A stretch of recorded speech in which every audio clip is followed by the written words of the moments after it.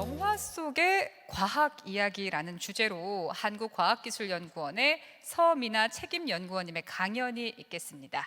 큰 박수 부탁드립니다.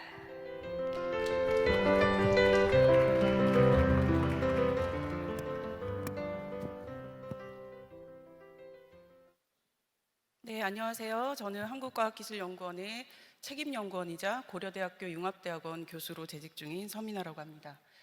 오늘 이렇게 뜻깊은 행사에 초청을 해주셔서 정말 감사드리고요. 네, 오늘 강연을 시작해 보도록 하겠습니다.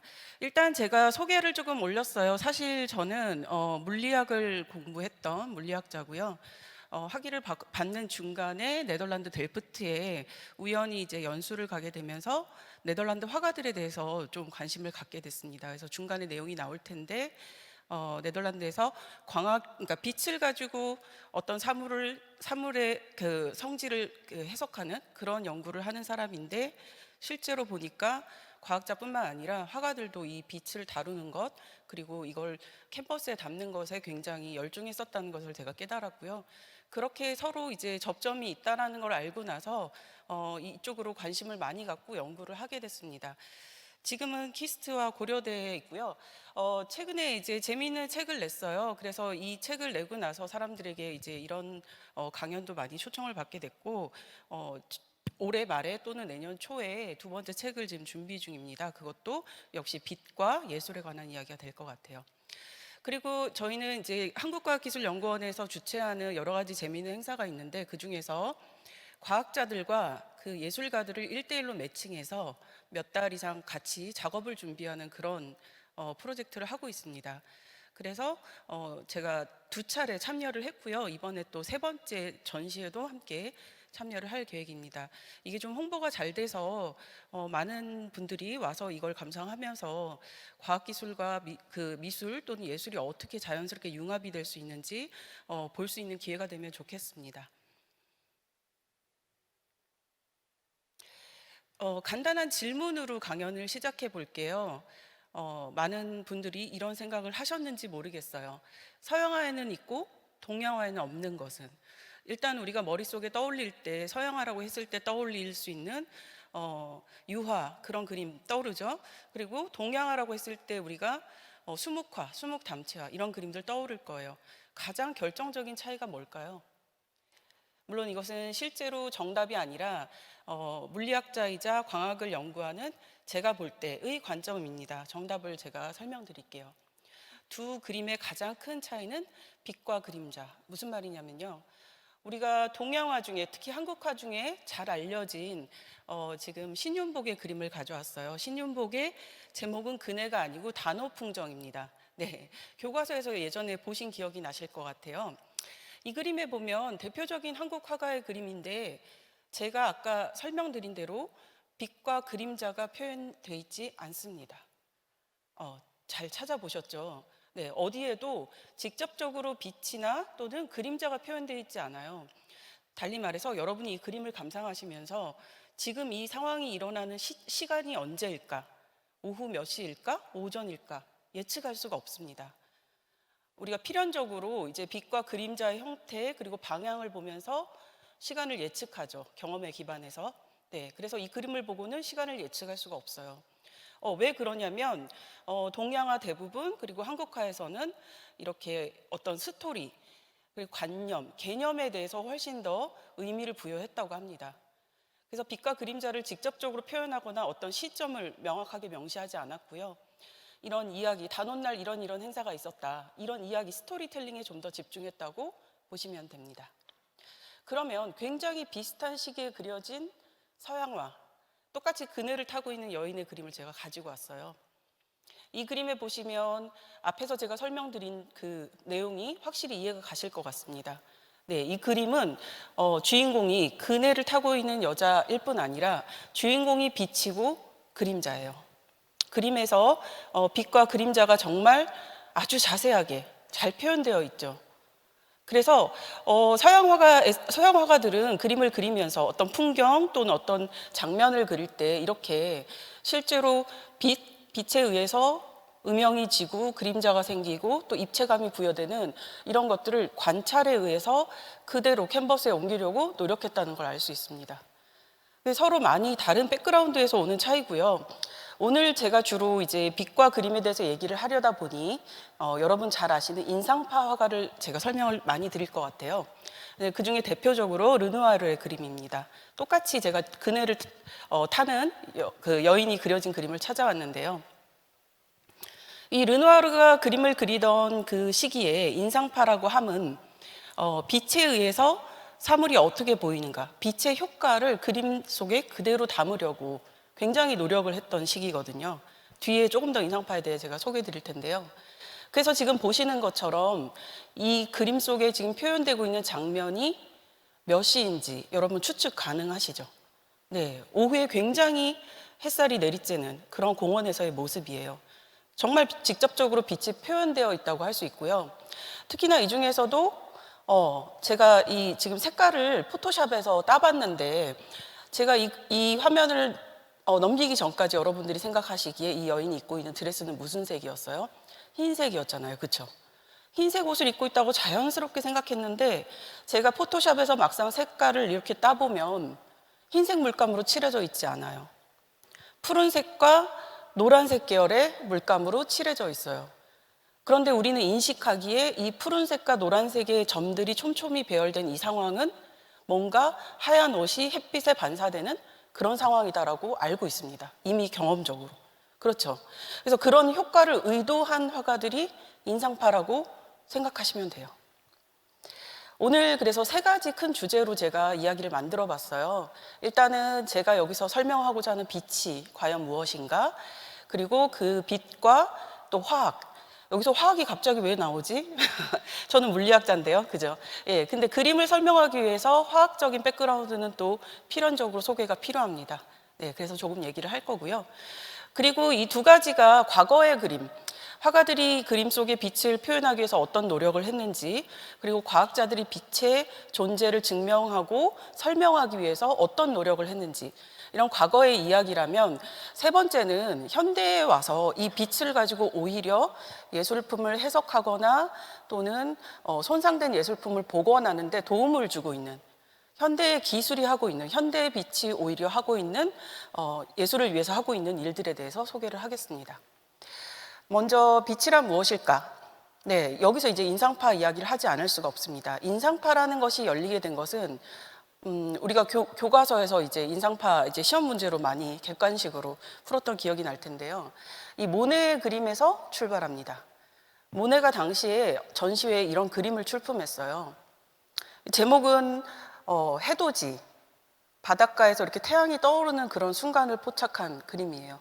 그런데 이 그림을 올렸을 때 그 평론가들로부터 굉장히 혹평을 받았습니다.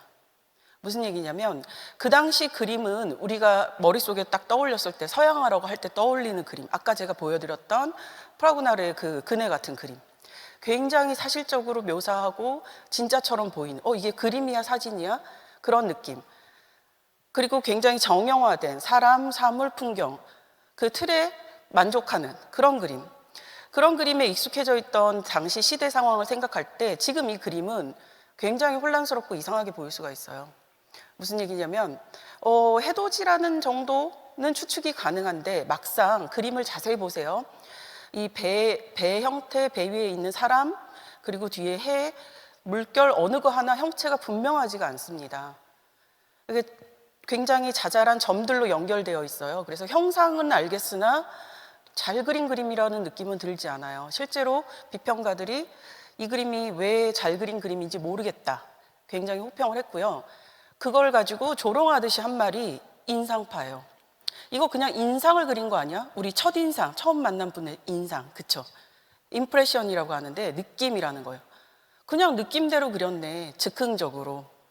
그래서 별로 훌륭해 보이진 않아 라고 평가를 했던 거예요. 근데 모네는 거꾸로 생각을 했대요. 내 그림이 인상을 그린 거에 불과하다고? 그럼 난 이제부터 인상파라고 해야겠다. 오히려 그렇게 생각을 한 거예요. 예술가들은 당연한 얘기겠지만 그 개성 있고 자신만의 색깔을 찾는 데 굉장히 노력하는 사람들이잖아요. 그래서 여기서 인상파가 탄생합니다. 자, 이 인상파의 그림을 보고 미국에서 지금 저 같은 일을 하시는 분들이 또 있더라고요.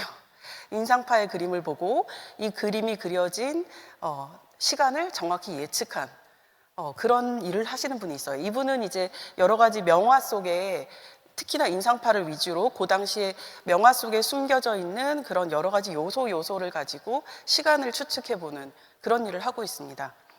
이게 어떻게 가능하겠어요? 그게 정말로 야외에 나가서 모네가 이 해가 떠오르는 순간을 보고 그렸기 때문이죠. 그래서 그때 당시의 기상의 상태, 그리고 빛의 양, 계절 이런 것들이 추론이 가능한 겁니다. 이런 재미있는 분석이 가능할 정도로 그 사람들은 순간을 포착하는 것에 굉장히 능력을 발휘했다는 얘기를 제가 드리고 싶었어요. 모네는 굉장히 특별한 화가입니다. 우리가 모네 그림을 보고 굉장히 아름답다라고 우리가 이제 미술을 볼 때 관점은 어때요? 저 그림 사다가 우리 집에 거실에 걸어놓고 싶다. 그런 마음이 드는 그림. 그런 그림으로서 모네 그림을 좋아하는 분들도 많을 거예요, 당연히. 네. 그런데 그런 것뿐만 아니라 조금 더 들여다보면 모네라는 화가가 왜 그렇게 대가라고 추앙을 받는지가 정말 여러 가지 이유를 통해서 설명이 됩니다. 지금 저는 이제 모네 그림 중에서 모네가 유달리 시리즈로 그림을 많이 그렸다는 것에 주목을 좀 해봤어요. 이거는 제목이 정말 약간 썰렁할 정도로 제목이 그냥 건초더미입니다. 건초더미에 누가 관심이 있겠어요, 그죠? 우리가 이렇게 시골길을 지나다 보면 농사가 끝나고 이렇게 건초더미를 쌓아놓죠, 밭에. 이걸 보고 왜 이걸 그릴 생각을 했을까? 저는 그걸 한번 곰곰이 생각을 해봤어요. 이 사람이 다른 날 다른 시각에 가서 똑같이 건초더미를 봤어요. 어때 보여요?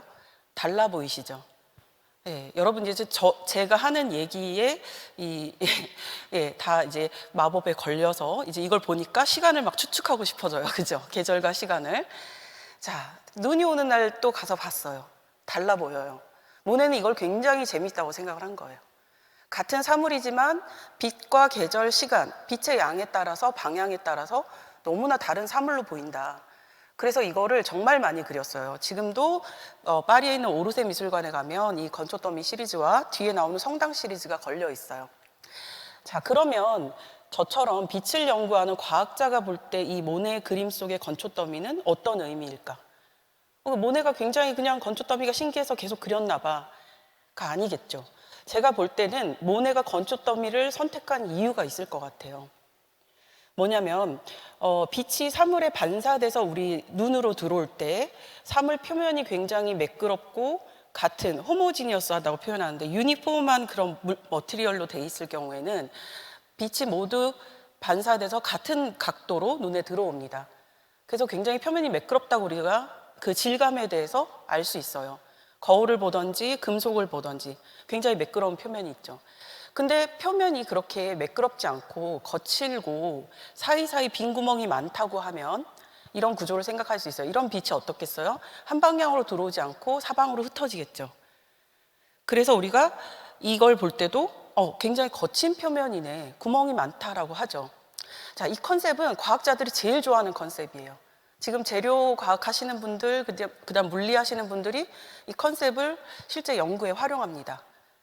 이거를 저희가 같은 볼륨 대비 서피스가 굉장히 많은 구조라고 하는데요. 우리말로 옮기자면 다공성 구조입니다. 구멍이 많은 구조. 여러분 그 집에 부엌에 있는 수세미 아시죠? 수세미 이렇게 하면 거품이 많이 나는 이유가 뭐예요? 안에 구멍이 많아서 그렇잖아요. 그렇죠? 같은 부피 대비 면적이 훨씬 많은 이런 구조는 빛에 대한 반응성도 굉장히 높습니다. 과학자들이 이런 구조에 주목하는 이유가 그거예요. 정기적인 특성, 광학적 특성 또는 뭐 열 이런 여러 가지 과학자들이 관심 갖고 있는 이런 그 물리량들이 이런 구조에서는 훨씬 반응성이 높게 나타나요. 그거를 모네가 그럼 어떻게 알았을까? 모네는 직관적으로 안 것 같아요. 모네가 과학을 정식으로 공부하진 않았겠죠. 근데 직관적으로 볼 때 지나가는 길에 있는 집의 지붕이나 전봇대, 예를 들어 다리 이런 거는 그렇게 빛에 의해서 다채롭게 보이진 않았어요. 근데 건초더미는 너무너무 재미있는 거예요. 자, 모네가 이랬을 거라고 추측하는 저의 근거를 하나 더 가지고 왔습니다. 모네가 또 좋아했던 시리즈인데요. 이 성당을 보세요. 이 성당 그림, 이 성당 그 건축 양식 아시겠어요, 여러분? 유럽 여행 이렇게 좀 다녀오신 분들은 저거 되게 많이 봤는데, 우리가 고딕 양식이라고 해요. 요철이 굉장히 많고 복잡한 이런 문양들, 패턴들, 이런 것들이 많은 이 구조가 건초더미처럼 모네가 딱 좋아할 만한 구조 맞겠죠. 여러분 이제 감이 오시죠? 그래서 이것도 모네가 많이 그렸어요. 이 그림을 그리기 위해서 이 성당이 딱 이 각도로 보이는 방에 하숙을 하면서 매일 그렸다고 합니다. 자, 조금 아셨을 것 같아요. 제가 이제 인상파에 왜 주목을 하는지. 이 사람들이 과학을 정식으로 공부하고 과학적인 어떤 지식과 기술을 동원한 것은 아니지만 예술가 특유의 직관과 감성으로 실제로 과학자들이 갖고 있는 질문, 주제와 상당히 비슷한 방향에서 접근을 했다는 겁니다. 뭐를? 자연을 표현하기 위해서. 그래서 이제 과학 얘기 조금 할게요. 이 얘기는 너무 이렇게 깊게 하면 조금 시간 관계상 좀 짧게 할 텐데, 여러분이 뉴턴이라고 하는 과학자 아시죠? 사실 어린이들한테 너 과학자 누구 알아? 그러면 제일 먼저 뉴턴이라고 대답할 거예요. 그 다음 또는 조금 더 똑똑한 어린이는 아인슈타인 정도까지 알 수도 있죠. 그죠? 네, 뉴턴이 왜 유명해요? 뉴턴은 사과로 유명합니다. 그죠? 그래서 뉴턴이라고 하면 일단 떠오르는 건 사과일 거예요. 근데 광을 연구하는 물리학자들 입장에서 뉴턴이라 그러면 뭘 떠올리냐면 무지개를 떠올립니다. 뉴턴은 광학이라는 학문을 창시한 사람이에요. 그래서 이 사람의 업적은 단지 그 사과, 만류 인력뿐만 아니라 광학에까지 미칩니다. 뉴턴이 어느 날 집에 있는 좁은 틈에서 들어오는 빛을 그냥 보고 있었어요. 과학자들은 그냥 뭘 보는 걸 되게 좋아해요. 관찰하고 있었어요. 빛이 이렇게 우리가 어떻게 색깔로 표현해요? 흰색이라고 알고 있죠. 이런 미세계 빛이 들어오는데 이 구멍 근처에다가 프리즘 구조, 유리로 만들어진 프리즘 구조를 갖다 댔더니 반대편 벽에 무지개가 펼쳐지더라는 거죠.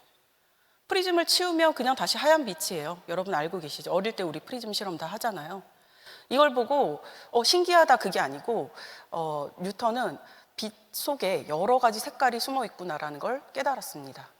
그래서 빛이야말로 과학자들이 탐구해야 될 대상이다. 그래서 광학이라는 거를 창시했어요. 광학이라는 책을 썼어요. 옵틱이라고 하는데요. 실제로 이 캠브리지 대학에 있는 뉴턴의 동상에 보면 뉴턴이 사과를 들고 있지 않고 프리즘을 들고 있어요. 제 말이 맞죠? 네, 뉴턴은 광학의 아버지입니다. 그래서 뉴턴이 시작했던 그 빛에 대한 해석이 이제 20세기로 넘어가는 요 와중에 굉장히 큰 풍파를 만납니다. 풍파라는 표현이 조금 어색하지만 굉장히 큰 논쟁과 토론과 여러 가지 과학자들이 뛰어들어서 이것을 해석하는데 많은 일을 하게 돼요. 이 당시에 이제 노벨상이라는 노벨 물리학상이라는 큰 상이 이제 만들어지고 어떤 과학 분야, 어떤 특정 분야에 큰 기여를 한 사람에게 그 상을 주잖아요. 근데 지금 연보를 보시면 이 시기에 활동했던 과학자들이 빛은 어떻다, 빛은 입자다, 빛은 파동이다, 빛은 이런 성질을 갖는다라고 발표한 모든 이 훌륭한 일들이 그 시대의 노벨 물리학상이에요. 네, 물리학에서 볼 때 빛이 얼마나 중요한 개념인지 여러분이 조금 감을 잡으시라고 제가 이 표를 갖고 왔어요. 이 표를 다 보실 필요는 없고요. 이거는 실제로 그 당시에 어떤 학회 사진이에요. 이 학회 사람들이 왜 이렇게 많이 모였냐면 모여서 빛에 대한 개념을 가지고 서로 논쟁을 했대요. 네 말이 맞다, 아니야 내 말이 맞다, 이런 식으로 논쟁을 한 거예요. 이 사진을 보시면 여러분 아는 얼굴 많죠. 가운데 아인슈타인도 보이고 여성 과학자 중 유일하게 퀴리도 앉아있죠. 네, 이 당시에 모여있는 이 사진 속에 노벨 수상자가 17명이 넘어요. 네, 저희 물리학의 역사에서 가장 중요한 사진 한 장이라고 저희가 표현을 합니다. 자, 이 얘기를 왜 하냐면, 인상파 얘기하다 갑자기 왜 이 얘기를 하냐면, 이거 제가 만든 표예요. 그 뉴턴이 빛이라는 거는 들여다보면 안에 여러 가지 색깔이 있다라고, 이거를 학문적으로 접근해야 된다라고 주장한 뒤에 과학자들이 본격적으로 정말 그런 빛이 뭔데, 빛 안에 그럼 몇 개의 색깔이 있을까? 이런 과학적인 접근을 가지고 연구를 발표한 게 공교롭게도 굉장히 시기적으로 압축되어 있어요. 1900년 전후로 이 과학자들이 빛에 대한 논쟁을 합니다. 그리고 입자인지 파동인지 논쟁을 하다 지금 현재 받아들여지는 최종 결론은 뭐예요? 이중성을 가지고 있다. 그쵸? 그 논란이 이 짧은 시기에 다 끝나요. 그래서 현대물리 또는 과학사에서 볼 때 중요한 과학자들 이름이 여기에서 집중적으로 다 나온다는 그런 재미있는 사실을 미술계에 한번 대입을 해봤어요. 그런데 정말 신기하게도 미술계에서도 오랫동안 르네상스 화풍, 제가 아까 말씀드렸던 잘 그린 그림, 우리가 딱 봤을 때 사진인지 그림인지 모르겠다. 너무 이렇게 기교가 뛰어나다, 기술이 훌륭하다. 이런 그림, 르네상스까지 계속 그런 그림이 이어오다가 어느 날 갑자기 모네의 인상파 그림이 등장하면서 갑자기 여러 가지 사조가 탄생해요. 인상파가 나왔으니까 그럼 계속 인상파가 주류였을까요? 절대 아닙니다. 인상파를 조금 더 디벨롭하고 다르게 해석한 신인상파가 나오고 조금 지나니까 인상파도 너무 구태의연하다, 너무 뻔하다. 그래서 나는 이 모든 사물을 해체해서 다시 조합하는 식으로 새로운 방식으로 그림을 그리겠다. 피카소가 등장하죠. 입체파, 입체주의.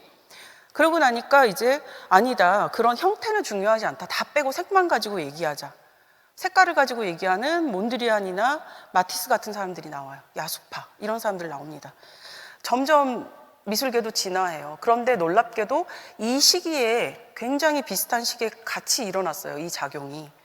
실제로 서로 많이 교류를 했다고 합니다. 그 점이 제가 주목한 점이에요. 이 맥스웰이라는 사람은 과학자예요. 전자기파를 집대성한 저희 분야에서 굉장히 유명한 과학자인데 이 과학자는 색깔 있는 팽이를 정말 좋아했대요. 이게 무슨 소리냐면 이 색깔 있는 팽이라는 게 원래 있던 색을 여러 개를 칠해놓고 돌리면 제3의 색으로 보이는 거예요. 이게 이런 일이 왜 일어나지? 굉장히 이 색팽이에 주목을 했고요. 실제로 맥스웰의 동상에도 팽이를 들고 있어요. 네, 이분의 업적이 전자기학을 집대성한 건데도 불구하고 동상에서는 팽이를 들고 있어요. 팽이를 정말 좋아했어요. 그리고 그 당시 어떤 화학자는 양탄자, 이런 양탄자를 손상된 부분을 보수하는 일을 하다가 이 근처에 시실과 날실의 색깔이 근처에 존재하는 것만으로도 멀리 떨어져서 볼 때 제3의 색으로 보일 수 있다는 걸 깨닫습니다. 이건 우리가 많이 가지고 있는 옷이잖아요. 체크무늬. 이런 거 어떻게 보여요? 멀리서 보면 회색으로 보여요. 근데 가까이서 가면 흰색과 검은색이 막 교차로 있죠. 네, 그래서 색팽이, 그 다음에 이런 테피스트리에 나타난 이런 점에 의한 병치를 과학자들이 깨달아요. 그건 다 어떻게 일어나는 작용일까? 어떻게 일어나는 작용이냐면 눈에서 일어나는 작용이에요. 빛이 사물에 닿아서 눈으로 가고 우리가 이거를 인식해요. 그래서 해석하죠. 경험에 기반해서. 이 눈에서 본다라는 거 안에 이 많은 복잡한 과학적 현상이 다 들어있어요. 조금 더 눈을 과학적으로 그려봤습니다. 네, 사물을 보고 이미지를 눈을 통해서 망막에 형상을 맺죠. 그리고 연산을 합니다. 연산을 하고 보내요. 연산하지 않고 보내지 않아요. 연산을 해서 정보를 뇌로 보내요. 그래서 우리가 사물을 인지합니다. 이 과정에 의해서 우리가 그림도 보고 사물을 보는 거잖아요. 그죠? 그래서 앞서서 언급했던 그 과학자들이 그렇게 이상하게 보이는 두 개를 근처에 놨더니 제3의 색으로 보이는 그 현상이 눈에서 일어나는 조합이다. 눈에서 일어나는 마법이다라고 생각을 해서 색채학이라는 재미있는 새로운 학문을 만들었어요. 그 색채학은 과학자도 기여를 했고 화가들도 기여를 했어요. 여러분 이제 아는 화가 한 명 나올 거예요.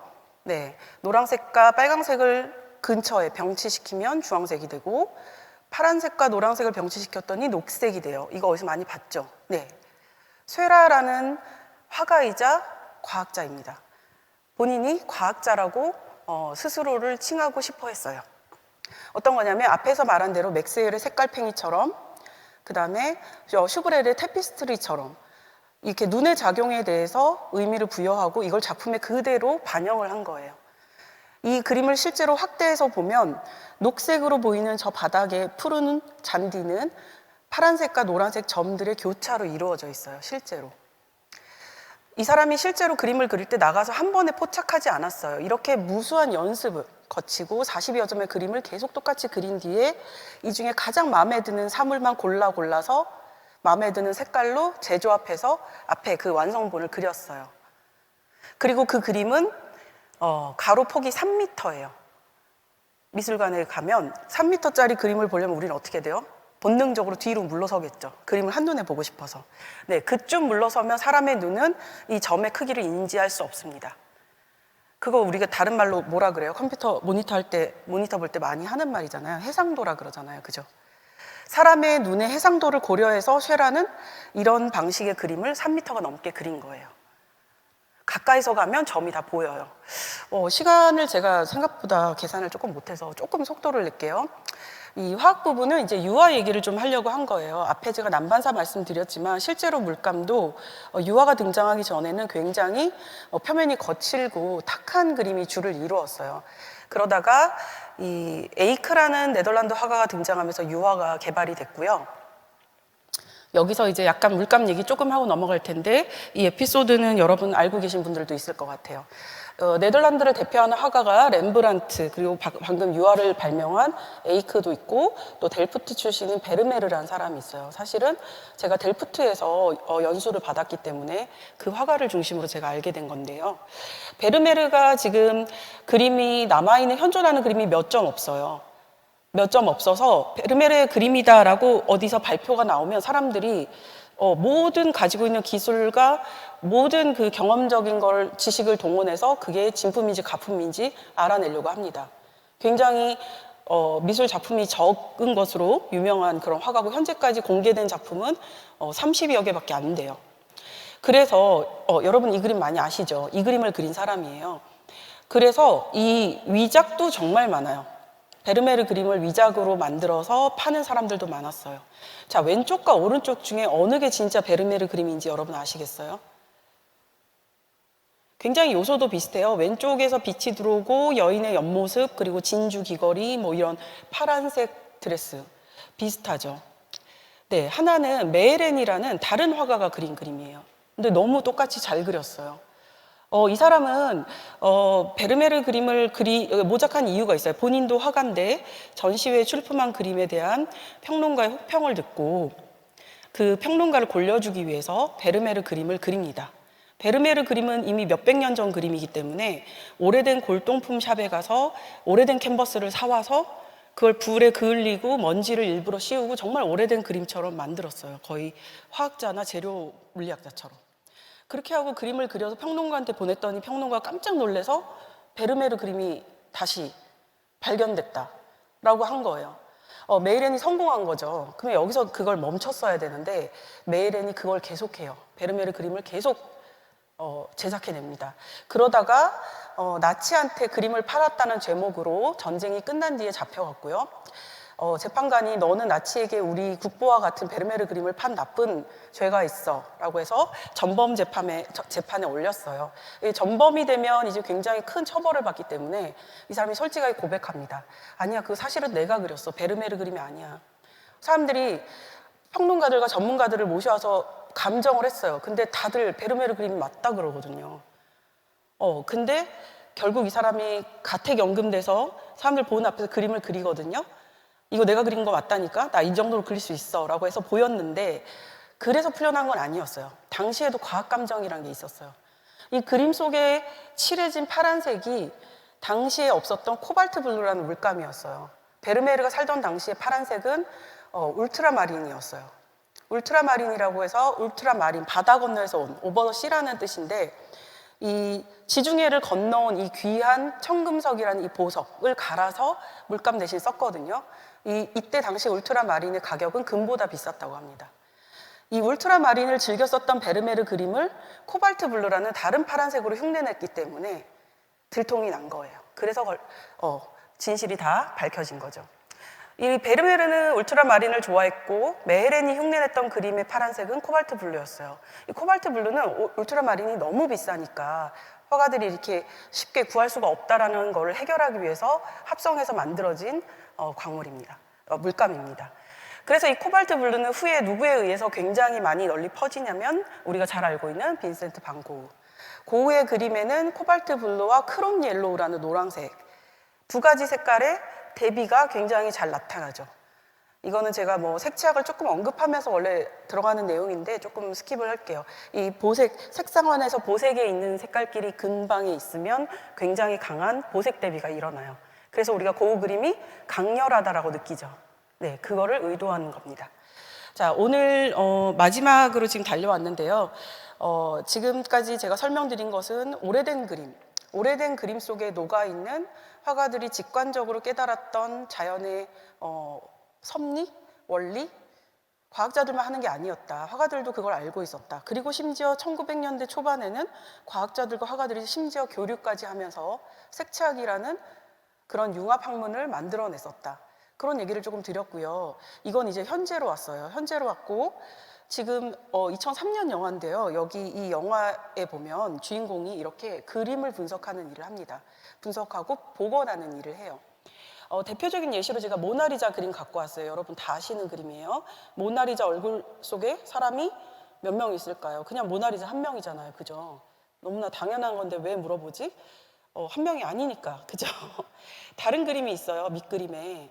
이게 무슨 말이냐면 우리가 그림을 유화로 그릴 때 아까 앞에서 잠깐 보여드렸는데 여러 레이어를 쌓거든요. 색깔을 내기 위해서. 그래서 밑그림과 가장 최종 그림은 좀 다를 수 있어요. 이걸 요즘은 이렇게 층위 분석이라고 해서 이 한 겹 한 겹을 다 분석을 할 수가 있습니다. 뭘로? 빛으로 합니다. 그래서 들여다봤더니 모나리자 얼굴 속에 3명의 다른 윤곽을 가진 밑그림이 있었다는 거예요. 예, 이런 걸 어떻게 하냐면 빛을 가지고 해요. 빛을 오른쪽 위에 그림 보시면 우리가 알고 있는 빛의 여러 가지 파장별로 빛을 다른 이름으로 부르는데 이 빛들이 실제로 캔버스에서 표면만 볼 수도 있고 어떤 경우는 밑그림까지 볼 수 있고 어떤 경우는 흑연으로 처음에 칠한 스케치까지 볼 수 있어요. 그래서 어떤 빛을 쓰느냐에 따라 밑에 있는 것처럼 바탕에 그려진 다른 그림을 읽을 수가 있어요. 그래서 고흐는 특히나 살아생전에 그림을 한 점밖에 못 팔았다고 알고 있죠. 굉장히 가난한 화가였고 이렇게 캔버스를 재사용하는 경험이 굉장히 많았다고 해요. 그래서 그런 것들을 많이 해석을 하고요. 과학감정 얘기가 나와서 한 가지 더 보여드릴 거예요. 지금 잭슨 폴록의 그림입니다. 여러분 이것도 많이 보셨을 것 같아요. 이 사람은 액션 페인팅이라고 해서 큰 캔버스에 저절로 물감이 흘러내려가는 자연적인 현상을 활용해서 그냥 그림을 그려요. 근데 여러분 이거 보시고 딱 그런 생각 들죠. 저게 왜 대단한 그림이야? 나도 조금 비슷하게는 할 수 있을 것 같은데 이렇게 막 던지고 굴리고 하면 되지 않을까? 그런 생각 다들 하시잖아요. 그죠? 그래서 세계에서 가장 모작과 위작이 많은 그림으로 잭슨 폴록이 또 꼽힙니다. 정말 많이들 흉내를 내요. 근데 알 수가 없어요. 이게 진짜 진품인지 아닌지. 어려워요. 그죠? 그럴 때 사람들이 빛을 이용한 과학 감정을 해요. 물감 성분을 분석했더니 잭슨 폴록이 이미 죽고 난 뒤에 페라리 자동차에 들어간 도료 색깔이었다는 걸 알게 돼서 이 그림은 현재 누군가가 모작한 거다, 위작한 거다라고 판명 났습니다.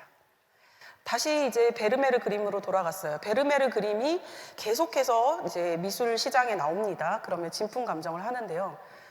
굉장히 오랫동안 9년 동안 감정을 해서 결국은 의자의 일부분에 울트라마린이 칠해져 있는 걸 발견했어요. 그래서 이거는 진품으로 인정을 받았고 또 이거는 독일에 있는 베르메르 그림인데 미술관에서 이 뒤에 있는 흰 텅 비어 있는 벽 속에 다른 밑그림이 있다는 걸 알고 있었어요. 엑스레이를 찍으면 다 나오거든요. 알고 있는데 이걸 베르메르가 본인이 직접 덮었다면 화가의 의지로 완성한 그림이기 때문에 손댈 수가 없어요. 그렇죠? 그래서 이게 베르메르가 칠한 건지 아니면 시간이 지나서 다른 사람이 이걸 덮은 건지를 알기 위해서 오랫동안 또 과학 감정을 했습니다. 결론은 후에 다른 사람이 덧칠을 한 거다라는 걸 알게 돼서 이걸 벗기기 시작했어요. 그리고 절반 정도 벗겼을 때 대중들에게 공개했습니다. 우리가 이런 일을 하고 있고 조금 더 시간이 걸리면 진본을 우리가 공개할 것이다. 이렇게 소개를 했습니다. 이 그림 뒤에 있는 액자에 있는 그 저 형상은 실제로 베르메르 다른 그림에도 나타나요. 네, 그래서 원래 그렸던 베르메르 그림을 복원 중이다. 자, 오늘 제 발표의 마지막 아이템인데요. 이렇게 과학 감정을 동원해서 진품도 검사할 수 있지만 복원에도 기여를 합니다. 당연히. 우리 숭례문 화재 사건 다들 기억하시죠? 이때 홍해문에 있는 용 그림도 같이 타서 소실이 됐어요. 그래서 이걸 복원하기 위해서 전국에 있는 단청 전문가들, 미술가들, 역사학자, 인문학자 다 불러 모았어요. 복원을 했는데 그림이 달라졌어요. 오른쪽에 있는 게 원래 불타기 전이고 왼쪽이 복원한 그림이에요. 여러분 보시기에 미묘하게 다르죠. 조금 더 익살스럽고 약간 만화 같은 느낌이 조금 있어요. 왜 이걸 이렇게 복원했을까? 복원가들이 볼 때 복원 시점을 결정하기 어려웠다고 합니다. 불타기 직전의 그림은 이 오른쪽 위 그림이지만 그 이전에 과거의 그림은 오른쪽 아래 그림이었어요. 그러니까 여러 번 복원됐거든요. 그래서 우리가 복원이라는 걸 하는데 언제로 돌려야 될까라는 근본적인 질문에 맞닥뜨리게 돼요. 그래서 이런 일을 할 때 단순히 손기술이 좋은 작업을 할 수 있는 사람만 오는 게 아니라 인문학자와 역사학자가 와서 실제로 우리가 어느 시점을 복원 시점으로 볼 것인가에 대한 심층적인 토의를 합니다.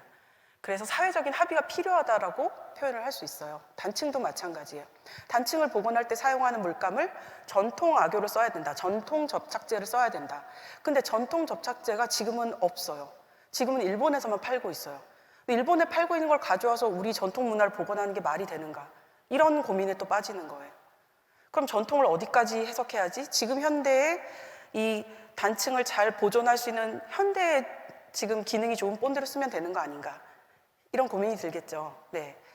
그런 것들의 사회적 합의가 필요하다라는 말씀을 드리고요. 마지막 사진인데 우리 숭례문 사건 외에도 그 파리의 노틀담 성당이 최근에 큰 화제를 맞았습니다. 그래서 이렇게 불타오르는 지금 사진을 제가 가져왔는데 이 안타까운 두 가지 사건 이후에 사람들이 복원에 대한 많은 토론과 또 이제 합의를 하기 위해서 많이 모여서 많은 의견을 주고받았고 그 안에는 실질적으로 기여하는 사람들이 생각보다 많아요. 아까 제가 말씀드린 대로 역사학자나 인문학자도 필요하고 또 과학감정을 해야 되니까 과학자도 필요하고 그렇죠. 그리고 이거를 복원하는 것을 직접 참여해서 제작하는 예술가들도 필요합니다.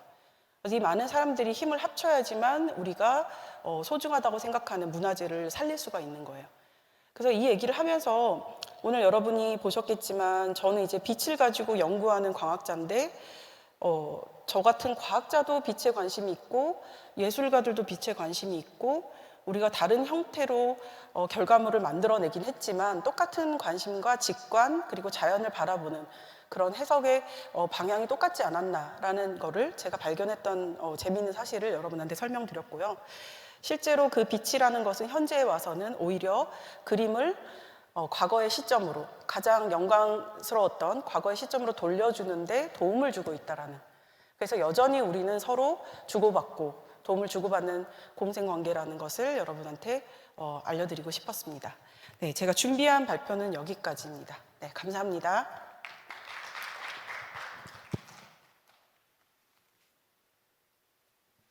네, 감사합니다. 서미나 연구원님의 강연이었고요. 마찬가지로 질의응답 시간 좀 가져보겠습니다. 첫 번째 질문 주시죠. 네, 이 고흐의 작품 그리고 피카소의 작품이 다른데 빛을 연구하는 과학자 입장에서 비교해서 볼 때 어떤 과학적 해석으로 설명해 줄 수 있을까요? 이렇게 질문이 들어가 있네요. 이거를 제가 뭐 단시간에 짧게 설명드리긴 조금 어려운 생각이 많아지는 깊어지는 질문인데요. 고흐 작품은 앞서서 잠깐 보여드렸듯이 굉장히 강렬한 보색 대비를 잘 활용했어요. 그래서 본인이 가장 실제로 좋아했던 물감이기도 하고 크롬 옐로우와 그 코발트 블루라는 색이 그 두 가지가 같이 이웃했을 때 강렬하게 인상이 남는다는 것을 어떻게 보면 또 직관적으로 알지 않았었나. 그래서 고흐는 실제로 그 코발트 블루라는 색깔에 크롬 옐로우라는 색깔에 안료의 그 배합 성분까지도 고민을 했다고 기록에 남아 있어요. 동생 테오에게 쓴 편지에 보면 특정 회사에서 만들어낸 특정 코발트 블루 색깔이 나는 마음에 든다. 다른 회사의 색깔은 내가 의도하는 느낌을 충분히 살리지 못한다. 그런 언급이 있습니다. 그래서 실제로 그 빛과 색에 대해서 진지하게 고민을 했던 사람이라고 볼 수가 있고 피카소는 오늘 제가 담지는 않았지만 피카소의 작품은 이 빛을 직접적으로 해석하는 것과는 조금 거리가 있을 것 같고요. 피카소는 당시에 이런 인상파 화가 주류의 이런 그림들을 보면서 그림을 잘 그리는 시대는 이제 끝이 났다. 우리는 이제 새로운 개념으로 새로운 철학을 가지고 그림을 표현해야 된다라는 전혀 다른 방식의 그림을 주창을 했습니다. 그래서 피카소를 여기서 직접적으로 언급하기는 어려우나 다음 기회가 된다면 조금 더 설명을 드릴 수 있을 것 같은데요. 그런 식으로 그 서로 인상파가 그 이전 르네상스를 부정하고 새로운 개념을 만들어냈듯이 이 인상파도 여전히 영속하는 것이 아니라 또 새로운 피카소의 입체주의라던가 아니면 다른 모던주의 또 뭐 색채주의, 야수파 이런 여러 가지 새로운 그런 미술 사조에 의해서 계속해서 전복되는 거죠. 전복되고 정과 반이 있으면 합이 생겨요. 그래서 지금 현대에 와서는 이 모든 작품들을 예술로 우리가 받아들이고 있는 거죠. 그 역사 속에 중요한 그런 화가라고 생각하시면 될 것 같습니다. 네, 답변 감사합니다. 다음 질문인데요. 저희가 이렇게 흔히 볼 수 있었던 명화를 빛이라는 과학적 요소로 좀 이렇게 보는 흥미로운 시간이었던 것 같은데 거기서 나온 질문 같습니다. 이러한 문화예술과 접목된 과학에 대해서 관심을 갖게 되신 계기가 궁금하다 이런 질문이거든요. 네, 저는 조금 이거는 저의 개인적인 특별한 상황이긴 하나 어릴 때 제가 그림 그리는 걸 좀 좋아했어요. 그래서 미술을 전공하고 싶다라는 바람이 있었던 시기도 있었고 실제로 과학을 전공할지 아니면 미대로 편입을 할지를 고민했던 그런 시기도 있었습니다. 그래서 개인적으로 원래 미술에 관심이 좀 있었는데요. 그런데 아까 말씀드린 것처럼 과학을 하겠다, 과학 공부를 해야겠다라고 마음을 먹고 대학원에 진학했는데 우연히 네덜란드에 있는 델프트라는 낯선 도시에 가게 되면서 네덜란드의 화가들이 유난히 빛에 대한 탐구가 깊었다라는 걸 깨닫게 됐어요. 그것도 이유가 있어요. 네덜란드는 유럽에서 상당히 북쪽에 있고요. 그래서 빛이 굉장히 적은 나라입니다. 겨울이면 오후 2시가 되면 해가 져요. 그래서 빛이 굉장히 중요하고 빛이 있는 동안은 커튼도 치지 않아요. 빛을 맞는 게 더 중요하고 소중하니까. 그래서 그런 특별한 자연 환경 때문에 화가들도 빛에 대해서 굉장히 많이 집중을 했던 거로 저는 이해하고 있습니다. 그래서 빛을 연구하러 떠난 낯선 타국에서 빛을 굉장히 활용했던 화가들의 작품을 보고 이거는 정말 내가 할 수 있는 일일지도 모르겠다. 네, 한번 연구를 시작해보자라고 해서 이런 일로 이어졌습니다. 네. 네, 그렇군요. 다음 질문입니다.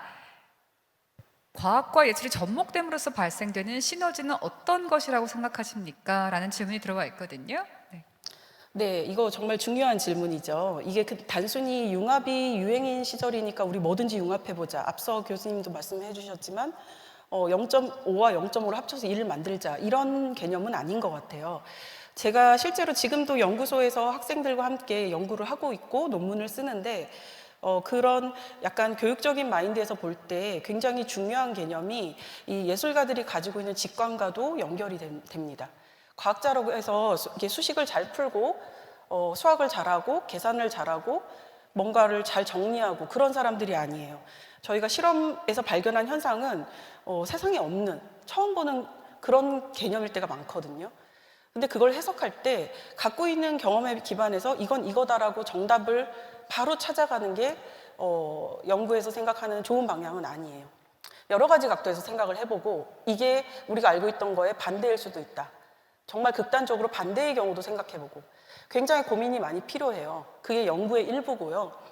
그게 어떻게 보면 예술가들이 본인만의 색깔을 가진 예술 작품을 만들기 위해서 인상파라는 새로운 화풍이 나오고 인상파가 나왔지만 또 신인상파가 나오고 계속해서 자기만의 그런 색깔을 찾기 위해서 노력하는 것과 닮아 있습니다. 저는 그게 상당히 일맥상통한다고 보고 그래서 그런 감각을 가지고 본인이 실험하는 연구하는 그 데이터를 봤을 때 해석하는 그 방향에 대해서는 훨씬 더 확장이 가능하다고 생각해요. 그런 제 철학 때문에 지금도 고려대에서 색채학개론이라는 수업을 이제 개설을 했는데요. 그 시간에는 정말 이공계 대학원생들이 본인의 실험실에서 가지고 있던 데이터를 약간 예술가라는 가정을 하고 재해석해보는 그런 실습을 합니다. 굉장히 학생들 반응도 좋고요. 그런 것들이 자신의 연구를 돌아보고 환기시키고 또 새로운 관점으로 다시 해석해서 미처 발견하지 못했던 굉장히 새로운 재미있는 현상을 또 발견하는 데 연결이 되는 것 같습니다. 네. 네, 감사합니다. 지금까지 서미나 책임연구원님이셨습니다. 박수 부탁드립니다.